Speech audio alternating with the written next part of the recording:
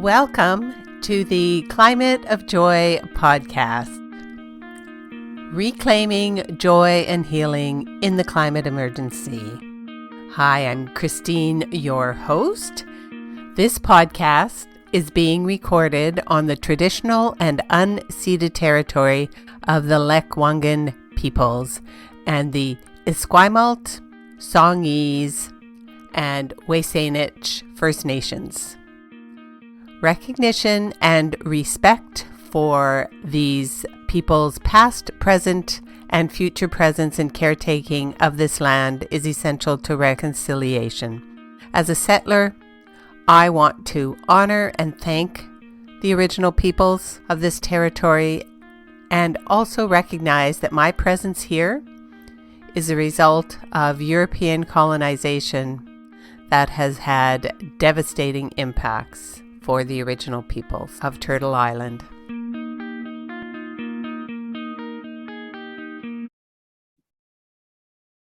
Hi, Christine from Climate of Joy here, and I'm so glad that you tuned in. I wanted to get caught up on what's been going on climate-wise in North America, as well as what's been going on, the impacts of climate change that I've been feeling personally. So just a little update. I was on a 5-day family kayaking trip in the Broken Group Islands, which is part of the Pacific Rim National Park off of the west coast of Vancouver Island. And it's a lovely part of the world. We had amazing weather.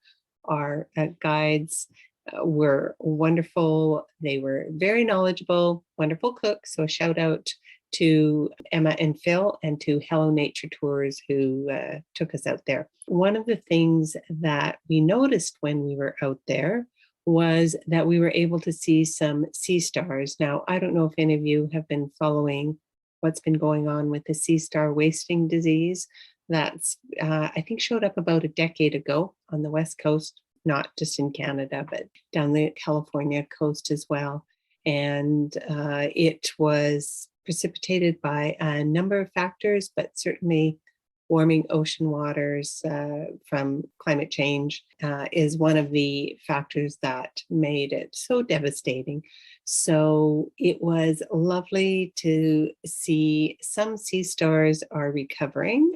The crisis isn't over, and I'll put a link in the show notes to some of the research that's being done, but it's certainly the wasting disease is ongoing. But for us personally, back in 2002, so 20 years ago, our family did a trip to Long Beach, which is also part of Pacific Rim National Park, but it's on the main part of Vancouver Island. And my husband and my youngest daughter went out early one morning, and when the tide had just gone out, and they saw an incredible array of sea life, but in particular sea stars at that time, different colors, sea anemones. And my daughter, who's lived on Vancouver Island for about a decade, has been looking to see sea stars again and has been very disappointed. And this trip was exciting because, like I said, we did see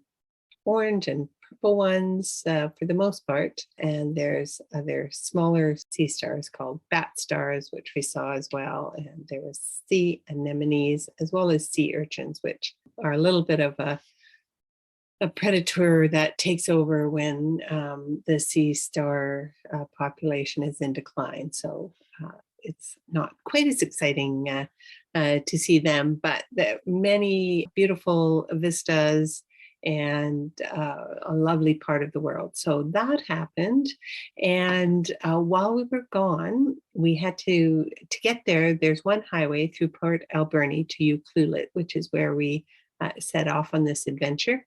And while we were gone, a wildfire started not between Port Alberni and Ucluelet, but on the other side, on the east side of Port Alberni, that shut down the one highway into Port Alberni and subsequently into Ucluelet and Tofino.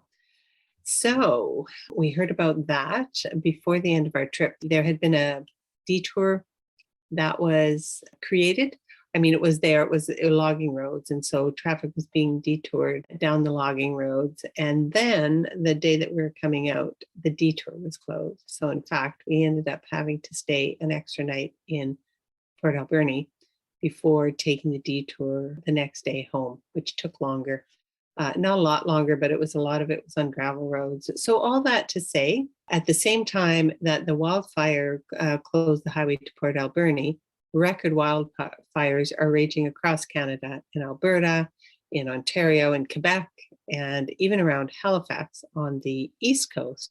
It's just record setting. That's what everybody says. And folks, those of us who've been watching the climate disaster unfold know that the new records are going to be set and broken over and over again until we get a handle on decreasing the carbon pollution that's causing this destabilization and the weather extremes, the drought, the floods, and the conditions that lead up to both wildfires and sea star wasting disease. So it's impacting us. And in the past, it sort of felt a little remote, maybe for a lot of us, especially in North America. It feels like it's been impacting people who maybe feel, if you're in North America or in Europe, feel a little bit distant.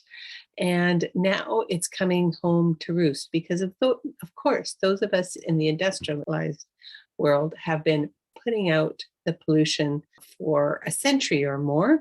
That's now impacting not only the developing nations the most, but also starting to impact us at home. And not only was the highway, or as a result of the highway being closed to Port Alberni, we went on Friday night to get some supplies for our 5-hour trip on the detour the next day. The 6 of us, and the grocery store shelves were half empty. So this is not something that we are used to in North America for the most part. Supply chain disruption is happening, and it's going to happen more and more. And this is a reality. So, climate of joy. Is it possible to still experience joy and resilience in a time of climate emergency? Yes, but we can't be surprised when things don't unfold the way that we're used to having them unfold. And they're just not going to anymore with the changing climate. So what does that mean for us? We have to get more resilient. And I'm going to do a podcast soon on what that means, just really very close to home, having more food in your own pantry, if that's possible, being connected to your neighbors so that you can support each other. So we're going to explore that further down the road. So I wanted to just pop in, share that personal experience of being inconvenienced, and that's really all it was. I know I'm fortunate in this case because climate change impacts are having a devastating effect on many people around the globe, but it is going to get more and more inconvenient and devastating for all of us.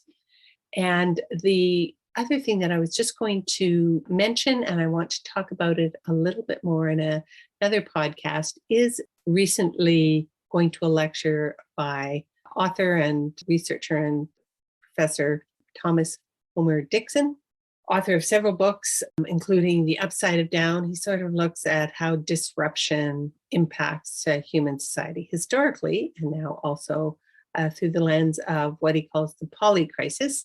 And that means the many converging crises that are happening, not only climate change, but there's economic crises, there's the pandemic that we just experienced, there's political and social crises happening in unprecedented ways. And so his latest book is called Commanding Hope. The subtitle is The Power We Have to Renew a World in Peril. And I'd highly recommend getting it. I just wanted to highlight, before I close, one of the takeaways for me from his talk. In an audience discussion, somebody asked, how do we go forward? How do we maintain hope in this time of climate emergency and so many other things going on? And his tip was, he said that he has come up with an acronym called TMIG. It's TMIG. And so in this time when there's so much going on and it can feel really overwhelming to look at the big picture, he encouraged mindfulness, which isn't new to most of us, but in a very specific way, taking time when you're having a good moment, when you're connecting with family in a way that feels good, if you're out in nature and that moment feels good, if you're playing with your pet, whatever it is that gives you a moment of joy, to notice it and to think to yourself, this moment is good. So I'm lucky in that this family kayaking trip that we had, there were many such moments, and I wish many such moments for you. I would love it if you would share your TMIG moments with me. You can email me at christine@climateofjoy.com or find me on Instagram at cpennerpolly. I'll put my LinkTree link in the show notes so you can find me there as well. I would love, as I said, to hear what your this moment is good moments are. You can hashtag it TMIG. I would love to share them on future podcasts. So do get in touch. In the meantime, be kind to yourself, first of all, and others. Thanks for tuning in.